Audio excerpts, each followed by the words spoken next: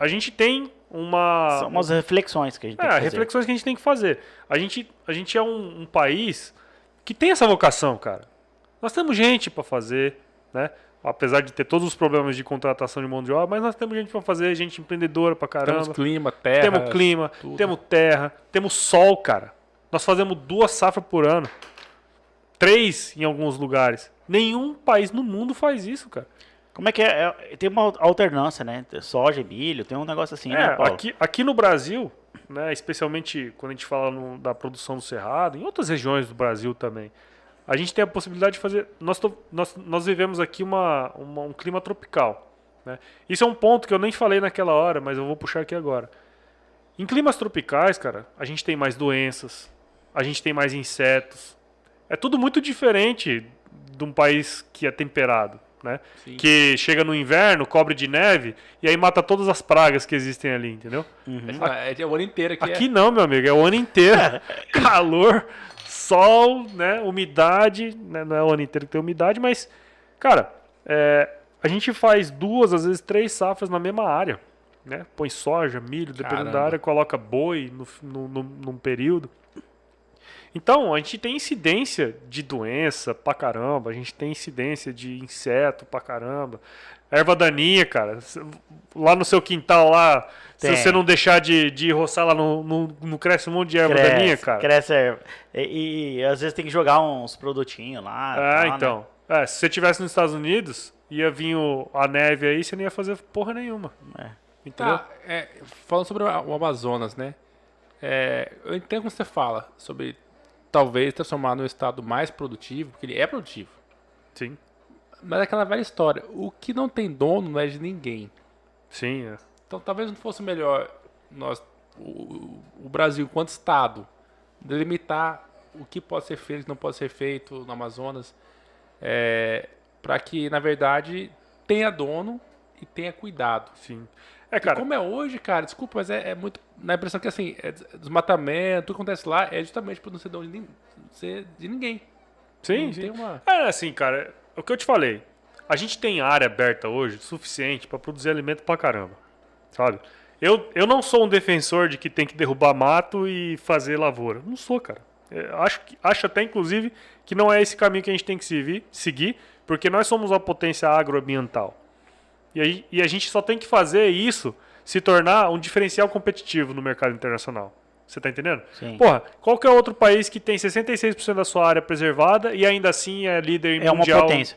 Cara, somos uma potência, é verdade, cara. Paulo, que eu estava acompanhando na frente lá da nova lei de licenciamento. Né? Eu sou advogado e às vezes eu tenho muitos clientes hoje do agro. Então, assim...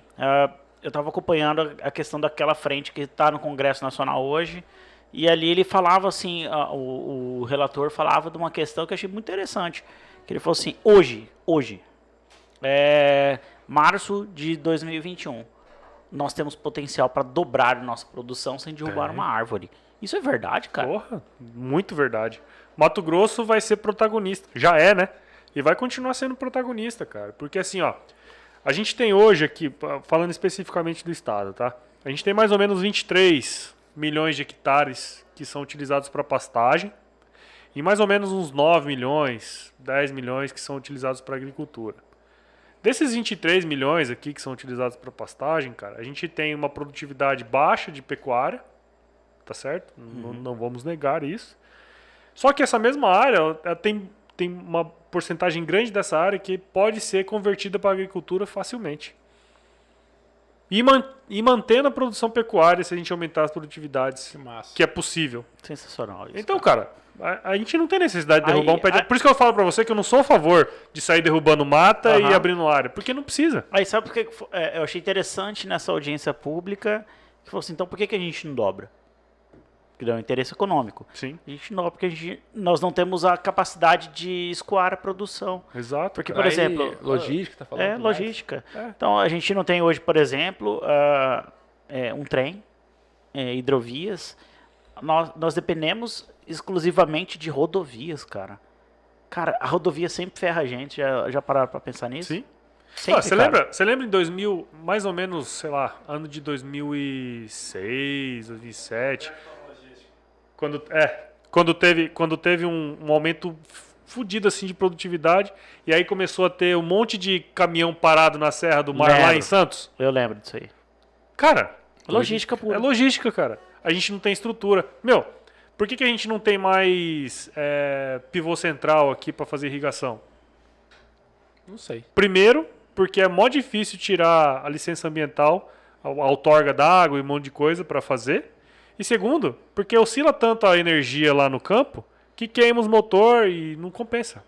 Cara, você falou tudo isso sobre logística, problemas de as pessoas acharem que o imposto é alto, tudo mais, mas e que na Europa eles acham que o Brasil tá desmatando, tá acabando com tudo. Mas enfim, você acha que o governo Bolsonaro mais ajuda ou atrapalha com essas polêmicas e ficar brigando com a Europa, com os Estados Unidos e China? Cara, foi o que eu falei. Quanto menos o governo interferir, melhor. Entendeu? Então, eu acredito muito assim.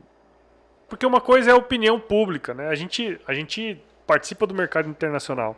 Então, qualquer coisa que influencie a visão das pessoas em relação ao nosso produto é ruim. Sim. Né? Especialmente se não tá no menu do dia, né? Se não tá naquele esquema Sim. que precisa estar. Então, assim, quanto menos intervenção, temos de opinião, de imposto, qualquer coisa nesse sentido é melhor, né, cara? Eu acredito muito que o governo Bolsonaro ele trouxe pessoas técnicas para trabalhar dentro do governo. O Salles é uma delas, né? O Salles é uma delas. Cara, E interessante. eu sou muito fã da Tereza Cristina, sabe? Da agricultura.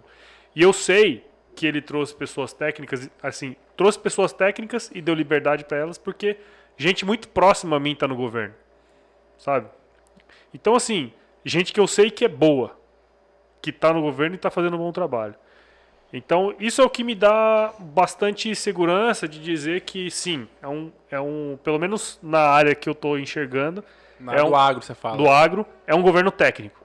Porque sabe o que eu lembro hoje? Saiu hoje a matéria, né? Dizendo que o real tá quase R$6, é 5,70. E eu lembro daquela frase você falou em cargos técnicos, né? O Paulo Guedes era para ser Paulo, né, seu xará? Eu conheci o Paulo Guedes pessoalmente no congresso do MBL em 2017, 18. E eu tive a oportunidade no camarim de perguntar para ele assim: Paulo Guedes, isso aqui é exclusivo, tá? Que eu falei ao vivo. E o Paulo Guedes, cara, no camarim, né? Ou seja, não era só poucas pessoas ali. Eu falei, mas e aí, o que você acha de privatização? Eu falei assim, cara, por mim, vendia tudo. O Estado não tem que ser empresário. O Estado não tem que ter banco. O Estado não tem que ter nada. O Estado nada mais é do que o mediador das relações humanas ali do Estado. Uhum. Então vendia banco, vendia tudo, Petrobras, tudo. Cara, naquele momento me deu uma felicidade de mim, assim, cara. Deu uma alegria. Estamos no caminho certo, né? E a gente viu que, na verdade, na prática, depois ele deu uma declaração, assim que começou o governo, que se um dia o dólar chegasse a R$5, deu tudo errado. Caso o Haddad ganhasse, o dólar ia para R$5, deu tudo errado. O Haddad não ganhou o Bolsonaro, o dólar está 5,70 e tantos. Então, assim, será que de fato o Bolsonaro dá essa liberdade ao corpo técnico dele? Entendeu? E o que eu vejo, na minha opinião? Quando um Macron da vida, que a gente sabe que por interesses comerciais ataca o Brasil, ele tem um alvo perfeito, que é o Bolsonaro, que só fala besteira o inteiro. E eu acho que isso reflete no campo imediatamente. Não tem dúvida, cara. Entendeu? Eu lembro até que no início do governo, eu falava que essas pataquadas que ele fazia aí era jogar o porco na sala, né? É isso. Eu imaginava que era essa a estratégia mesmo, assim, porque assim, você joga o porco na sala, todo mundo fica olhando o porco, E não olha o resto. porquinho, e não olha o que é essencial. E eu acho que a estratégia estava nesse sentido, até vir pandemia e todas essas coisas que atrapalharam bastante o decorrer da governabilidade ou qualquer coisa nesse sentido, né? Porque aí as prioridades mudaram e as coisas, enfim, por questões óbvias, tiveram que mudar, né? Mas hoje me parece que não sei se essa era de fato uma estratégia, né? Posso falar um negócio Porque pra você? continua falando, demorando cara. a passar. Tá demorando a passar. Eu né? acho que nem tudo ao céu, nem tudo à terra. Eu acho assim que assim, é lógico, quando acerta, temos que elogiar o governo.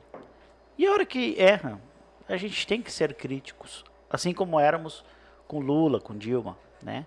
Mas nessa questão ambiental, eu acho que o Bolsonaro ele protege o nosso país no sentido assim de fazer os enfrentamentos com o Macron. Na questão ambiental, ele chamou o Macron pra porrada, meu irmão.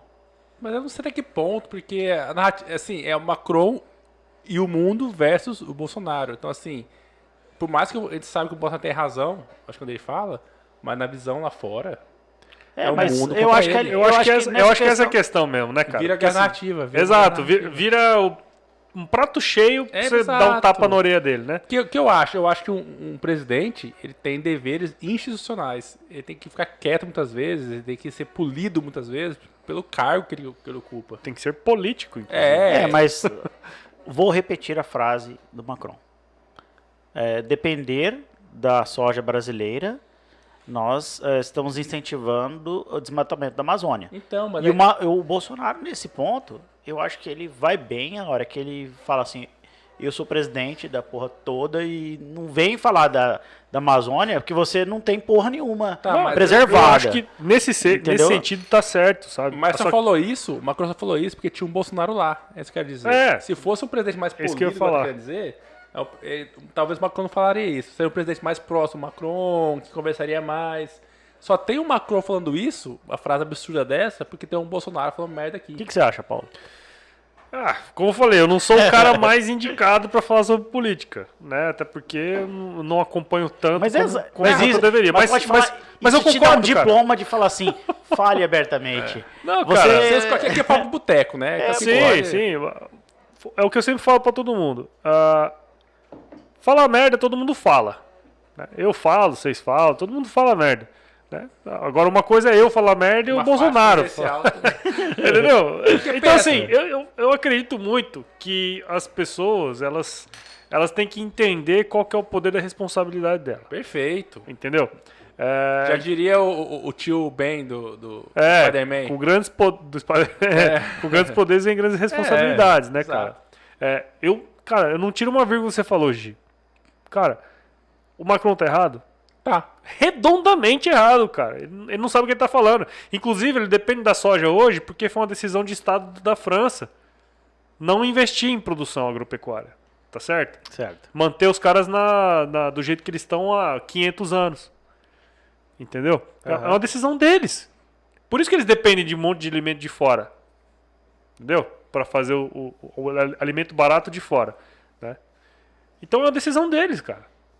E é um erro deles. Entendeu? Ele tá errado.